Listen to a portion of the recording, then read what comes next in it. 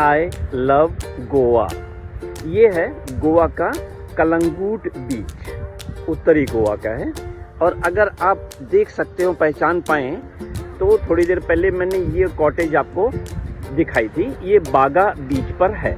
तो आप समझ सकते हैं कि इसी विस्तार में कलंगूट और बागा एक साथ हैं। ये बीच ज़्यादा बेहतर लग रहा है क्योंकि यहाँ पे चौड़ाई बीच की ज़्यादा है। हो सकता है शाम तक समुंदर और बढ़ आए तो न भी इतनी जगह मिले, लेकिन फिर भी ये बीच मुझे ज़्यादा अच्छा लगता रहा है हमेशा से। और अगर आप यहाँ ये देखें तो कई सुविधाएं भी दी गई। ये देखिए लाइफ सेवर बोट है, उधर भी कुछ लोग तैनात हैं, पेट्रोलिंग हो रही है। पेट्रोलिंग मैं आपको दिखा सकता हूँ, इस प्रकार ये पेट्रोलिंग हो रही है। ये कुछ मियामी जैसा हो गया है, कुछ ही सही, लेकिन हुआ तो सही।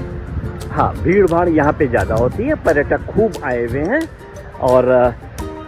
और ख़ास बात मैं ये दिखाऊँ आपको कि यहाँ पे सफाई पूरी तरह है, देख सकते हैं। मतलब यह कचरे के लिए या तो रख दिए गए हैं डिब्बे या पॉलिथीन्स बड़े बड़े, और सफाई कर्मी भी तैनात हैं।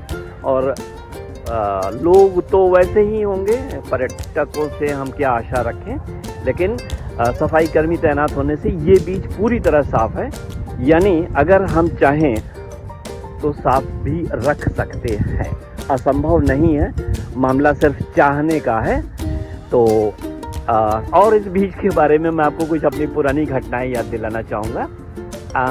ये जो ठीक ये रहा ऊपर जो आप देख रहे हैं बड़ी बिल्डिंग, ये गोवा टूरिज़्म डेवलपमेंट का होटल है। इसमें मैं करीब 25-30 साल पहले कई रात रुक चुका हूँ। अच्छा कॉटेज है, सरकारी रेट पर, इसलिए कोई लूटपाट भी नहीं। और आसपास के होम स्टेज में भी रुक चुका हूँ। और वो देखिए उधर सफाई हो रही है। सफाई मैं बार बार क्यों कह रहा हूँ, इस बीच से जुड़ी ये घटना मुझे कभी नहीं भूलती।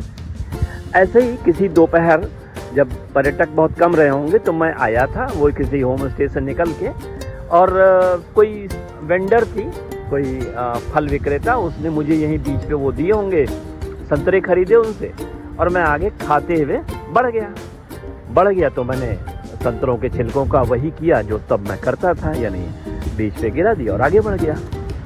थोड़ी देर बाद लौट के आया तो वो वेंडर फिर मिली, उसने मुझे बुलाया और पूछा कि सुनिए। हमने कहा क्या? देखिए अभी पुलिस वाला इधर से गुजरा था और लगता है आपने छिलके फेंके थे। तो वो पूछ रहा था कि ये छिलके किसने फेंके। तो मैं तो समझ गई कि बेचा तो इधर आपको अभी हाल में आप ही को है। तो मैंने कहा फिर भी कह दिया कि वो कुछ फॉरेनर्स थे, खरीद के गए थे। कहा नहीं, फॉरेनर्स तो गिरा ही नहीं सकते, ज़रूर कोई इंडियन होगा। इस टाइटल को आप गर्व से ग्रहण करें या कैसे करें, या मैं कैसे करूं, मुझे बताने की ज़रूरत नहीं है। 3 दशकों में मैंने बहुत कुछ सीखा और मैंने ये पाया कि जिसको हम विदेश कहते हैं उनमें और यहाँ में फ़र्क इतना ही है, संवेदनशीलता का होना या संवेदनहीन होना अपने पर्यावरण के प्रति, अपने अड़ोस पड़ोस के प्रति। तो प्रवचन करने के लिए सॉरी बोलूँगा, लेकिन क्या करूँ, ये चीज़ मुझे बहुत चुभती है। बाहर जाके हम इसी तरह आइडेंटिफाई होते हैं तो अब कैसा, आपको क्या लगेगा? वो सोचिए, आपके बारे में पूर्व धारणा बनती हो तो कैसा लगेगा। और ये आप टावर देख रहे हैं ऊंची वाली, रोशनी के लिए अभी भी लाइट, यार अभी तो ऑफ कर देना चाहिए था, एनर्जी सेविंग। एनीवे, एक घटना और याद आ गई। यही पास में इधर जो शैक्स लगे हैं ना, और ये बीच बेंचेस, तो उसके आस ही पास यहाँ पे पैरासेलिंग तब होती थी, अभी पता नहीं होती है कि नहीं।